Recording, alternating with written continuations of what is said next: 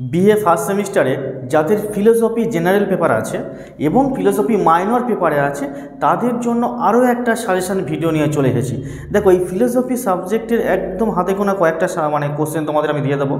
আর এই কোশ্চেনগুলো তোমরা যদি প্রিপারেশান নিয়ে যাও, ভালো করে পড়ে যাও, তোমরা কিন্তু প্রত্যেকটা কোশ্চেন কিন্তু এখান থেকে কমন পাবে।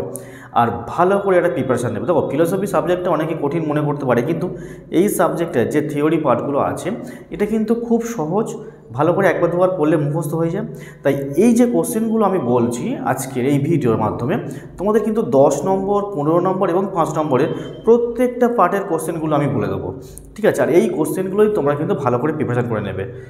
আমি তোমাদের প্রথমে বলে দিই ফিলোসফির কোশ্চেন প্যাটার্নটা কেমন হয় তোমাদের যে মাইনর পেপার বা যে জেনারেল পেপারে। তোমাদের দেখো, 5 নম্বরে দুটো কোশ্চেন থাকে 10 নম্বরে দুটো কোশ্চেন থাকে 10 দুগুণে 20, 20 আর 10 30, টোটাল হলো 5 আর 10 মিলিয়ে 30 নম্বর।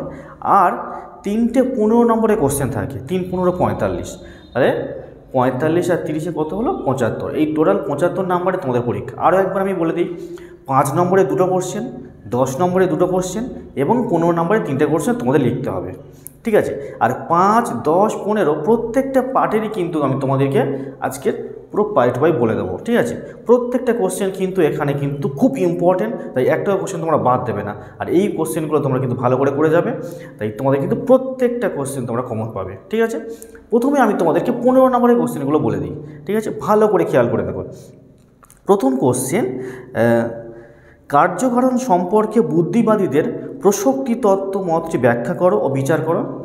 প্রসক্তি তত্ত্ব মতটা কিন্তু খুব ইম্পর্টেন্ট, আর 15 নম্বরে আসার সম্ভাবনা খুব বেশি।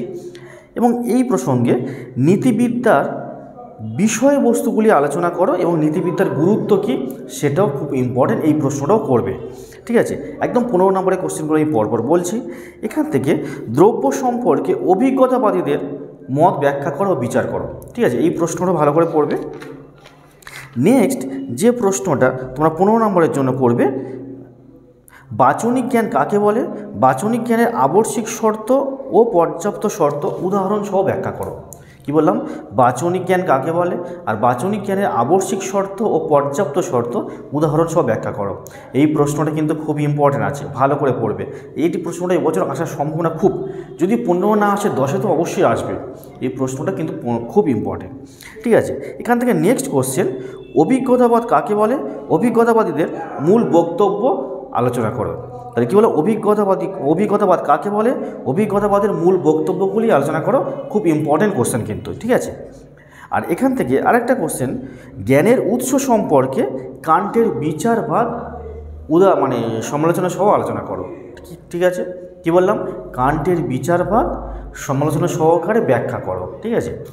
আর থার্ড যে গ্রুপ জিতে আছে ওখান থেকে একটা প্রশ্ন বলবো, ওটা হচ্ছে নৈতিক ও অনৈতিক ক্রিয়ার পার্থক্য করো এবং নৈতিক অনৈতিক ক্রিয়ার উদাহরণ সহ আলোচনা করো। এই প্রশ্নটা ঘুরে আসতে পারে যে অনৈতিক ক্রিয়া কি নীতি বহির্ভূত? তাহলে এই প্রশ্নটাও এইভাবে ঘুরে আসে। বিভিন্ন কোশ্চেন ঘুরে আসুক, যাই আসুক, তুমি কিন্তু উত্তরটা একই লিখবে, তোমার কিন্তু নাম্বার পেয়ে যাবে, ঠিক আছে? এবার তোমাদের আমি 10 নম্বরের কোশ্চেনগুলো বলে দিই। দেখো, 10 নম্বরের কোশ্চেনগুলো তোমাদের কিন্তু দুটো পড়বে, খুব ইম্পর্টেন্ট কোশ্চেনগুলো বলছি।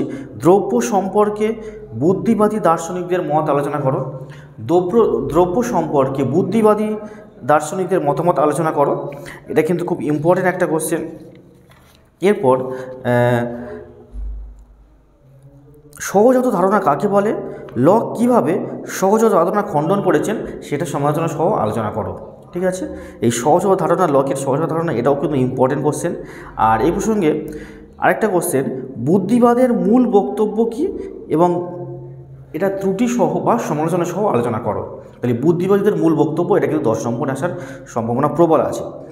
এখান থেকে আরেকটা কোশ্চেন, আমি চিন্তা করি অথবা আমি আছি, ডেকার্তের এই মতটি ব্যাখ্যা করো, ঠিক আছে? এবার নেক্সট কোশ্চেন যেটা বলবো, নৈতিক বিচারের বিষয়বস্তু কি আলোচনা করো। এটা কিন্তু খুব ইম্পর্টেন্ট কোশ্চেন, এই নৈতিক বিচারের বিষয়বস্তু। আর এখান থেকে লাস্ট কোশ্চেন 10 নম্বরের, উদ্দেশ্য ও অভিপ্রায়ের মধ্যে পার্থক্য আলোচনা করো। দেখো উদ্দেশ্য অভিপ্রায়ের মধ্যে পার্থক্য, এই প্রশ্নটা 10এও দেয়, অনেক সময় 5এও দেয়। আমি তোমাদের 10এ দিলাম, এমনটা নয় যে শুধু 10এই বলছি মানে 10এই দেবে, এমনটা নয়। 10এর কোশ্চেন অনেক সময় 5এ আসতে পারে, আবার 5এর কোশ্চেন বড় করে একটু লিখতে হবে তোমাকে 10এ বললে। এইভাবে প্রশ্ন ঘুরিয়ে দেয়। এটা প্রত্যেকটা পরীক্ষার ক্ষেত্রে দেখা যাচ্ছে যে 10এর কোশ্চেন 5এ, 5এর কোশ্চেন 10এ, প্রত্যেক বছর এরকমভাবে অল্টারনেট করে কোশ্চেনগুলো করছে। ঠিক আছে, এবার আমি তোমাদের কিন্তু 5 নম্বরের কোশ্চেনগুলো আমি তোমাদের একটু জানিয়ে দেবো। দেখো 5 নম্বরের সবচেয়ে মূল ইম্পর্টেন্ট কোশ্চেন এখানে যেটা বলা হচ্ছে যে দর্শন ও বিজ্ঞানের সম্বন্ধ আলোচনা করো, দর্শন ও বিজ্ঞানের সম্বন্ধ আলোচনা করো। আর নেক্সট কোশ্চেন, অধিবিদ্যা ও দর্শনের মধ্যে সম্পর্ক আলোচনা করো। এখান থেকে আরেক নেক্সট কোশ্চেন, দ্রব্য সম্পর্কে স্পিনোজার মত ব্যাখ্যা করো। নেক্সট কোশ্চেন, উদাহরণসহ আবশ্যিক শর্ত ও পর্যাপ্ত শর্তের পার্থক্য করো। নেক্সট কোশ্চেন, জানা ক্রিয়াপত্রের বিভিন্ন অর্থ লেখো। এখান থেকে নেক্সট কোশ্চেন, সবল অর্থে জানা ও দুর্বল অর্থে জানা বলতে কী বোঝায় এবং ব্যাখ্যা করো।